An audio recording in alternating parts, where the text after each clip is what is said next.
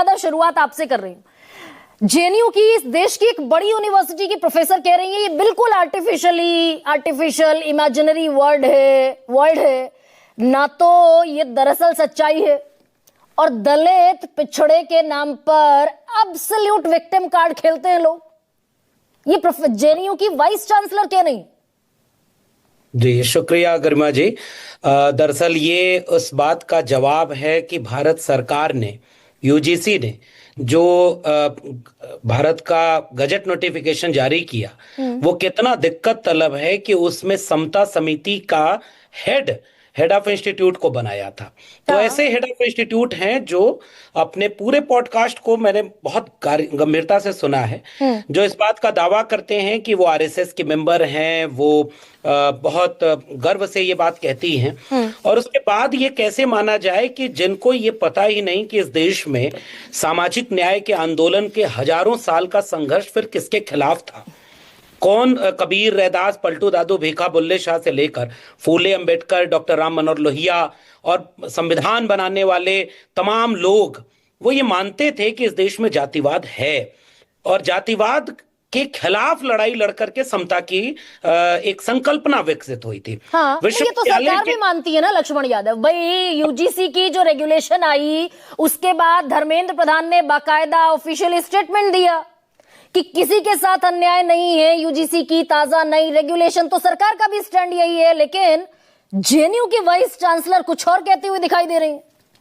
अब दरअसल इस देश में हो ये रहा है कि देश भर के शैक्षणिक संस्थानों पर आरएसएस के लोगों ने बहुत घोषित तथ्य है, ये कोई छिपा आंकड़ा नहीं है, तो वो अपने रुझान से बात ये रखते हैं, इसीलिए वो कह रहे हैं। भारत सरकार यही आंकड़े नहीं देती। भारत सरकार हर तरह के आंकड़े देती है कि इस देश में जातिवाद कितना गहरा है, और अब तो यही सरकार मान भी लेती है। जो कल तक कहते थे कि जाति गिनने से जातिवाद बढ़ेगा, अब ये जाति जनगणना भी करा रहे हैं। तो इसका मतलब जाति के नाम पर गैर बराबरी इस देश में है। और आप ये अपमान कर रहे हैं बेसिकली कि जब आप कहते हैं कि विक्टिमहुड है। आप तो कल को इस देश में जेंडर जस्टिस के जितने आंदोलन होंगे, जितने भी गैर बराबरी के खिलाफ आंदोलन होंगे, आप सबको ये कहेंगे कि ये विक्टिमहुड है। और ब्लैक्स का मूवमेंट, आपने उसको भी नहीं पढ़ा, भारत के सोशल जस्टिस के मूवमेंट को नहीं पढ़ा, सोशलिस्ट मूवमेंट को नहीं पढ़ा, तो फिर आप न्याय क्या करेंगे? आप विद्यार्थियों को एक साथ देखेंगे कैसे? और इसीलिए हम कह रहे हैं इस बयान को लक्ष्मण यादव इंडिविजुअल कैपेसिटी में देखा जाए क्या? भाई एक वाइस चांसलर है जेएनयू की, उन्होंने अपनी व्यक्तिगत विचारधारा या व्यक्तिगत विचार किसी इंटरव्यू में रख दिया, इसे इंडिविजुअल कैपेसिटी में देखा जाए?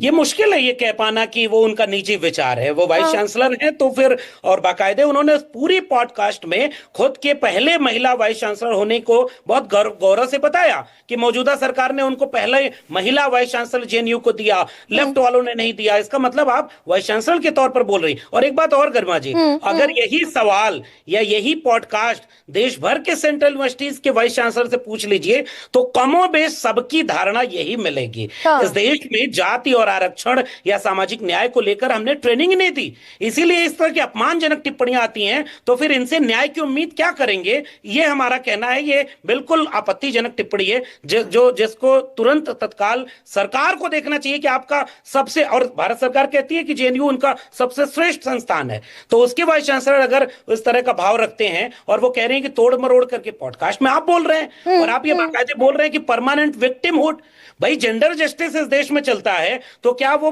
मर्द को पूरा तरह से परमानेंट एविल बना देता है? नहीं, लेकिन ये सरकार का स्टैंड तो नहीं है लक्ष्मण यादव। मैं बाकायदा अगर उसी यूजीसी रेगुलेशन जिसकी आप बात कर रहे हैं, सारे सरकारी आंकड़े दलितों को लेकर, आदिवासियों को लेकर, पिछड़ों को लेकर, सुप्रीम कोर्ट की राय ये इंडिकेट करती है कि जातिगत भेदभाव है। सरकार का स्टैंड बिल्कुल अलग और वाइस चांसलर का स्टैंड बिल्कुल अलग।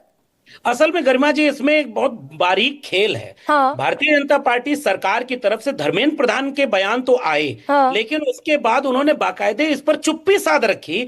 आपको साफ कहना चाहिए था कि इस रेगुलेशन के, क्योंकि न्यायपालिका बीच में आ गई तो न्यायपालिका ने उनको बचा लिया। वरना सड़क पर तो प्रधानमंत्री जी को जाति के नाम पर गाली दी गई, बहुत कुछ हुआ, बीजेपी की तरफ से उस पर बोला नहीं गया। हम ये कह रहे हैं कि सरकार अभी भी अगर ये मानती है कि देश में जातिवाद है और जाति के नाम पर गैर बराबरी है, ये परमानेंट विक्टिमहुड नहीं है। डॉक्टर बाबा साहब अंबेडकर परमानेंट विक्टिमहुड नहीं प्ले कर रहे थे, लोहिया नहीं इसके खिलाफ लड़ रहे थे।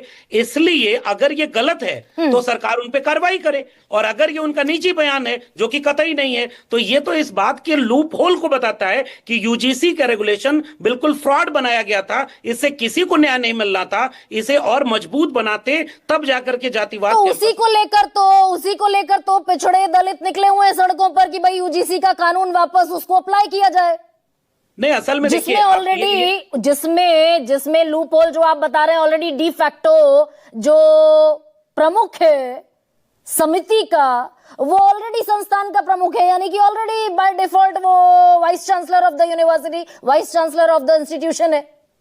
बिल्कुल, मैं तो एक बात और कह रहा हूं, 10 मेंबर हैं, 10 में से 7 गैर SC ST OBC हो सकते हैं। हाँ। इसीलिए हम कह रहे हैं कि भारत सरकार ने सुप्रीम कोर्ट में चूंकि सुनवाई चल रही थी, कोर्ट ने निर्देशित किया था कि यूजीसी रेगुलेशन 2012 को और सख्त करिए, इसलिए मजबूरी में बनाना पड़ा। ये कोई SC ST OBC के हितैषी तो है नहीं, वरना NFS नहीं करते, लेटरल एंट्री से प्रोफेसर नहीं भरते, वरना रिजर्वेशन खत्म करने के लिए यूजीसी को खत्म करके VBSM जिसमें ग्रांट का प्रोविजन ही नहीं है। तो शिक्षा को जो सरकार अगर कमजोर कर रही है, वो न्याय देने के लिए क्या करती है, तो मजबूरी में आया। इसीलिए हम कह रहे हैं कि